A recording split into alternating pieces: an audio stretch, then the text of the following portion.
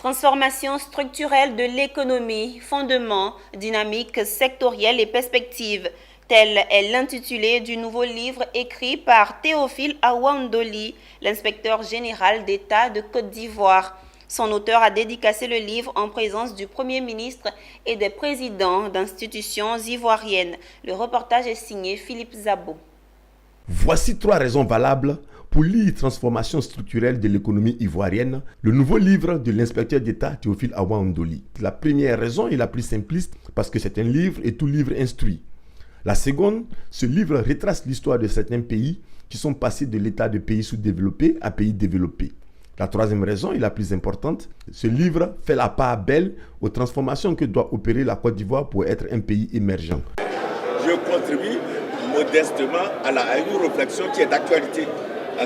Actuellement, vous savez, tout le monde parle de transformation structurelle. Ma manière à moi d'y contribuer, de contribuer à ces réflexions. Et la transformation structurelle, comme je l'ai dit, c'est le changement de la structure d'une économie.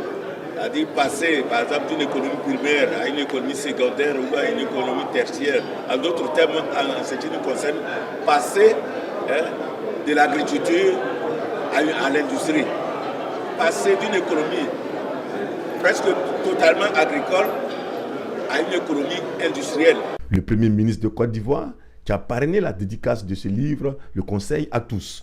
Ce qui me réjouit encore plus en parcourant ce livre, c'est qu'après avoir fait un excellent diagnostic, l'auteur que vous êtes, en bon économiste, nous fait des propositions de solutions susceptibles de hisser l'économie ivoirienne à un niveau de développement et de compétitivité encore plus haut, encore plus solide.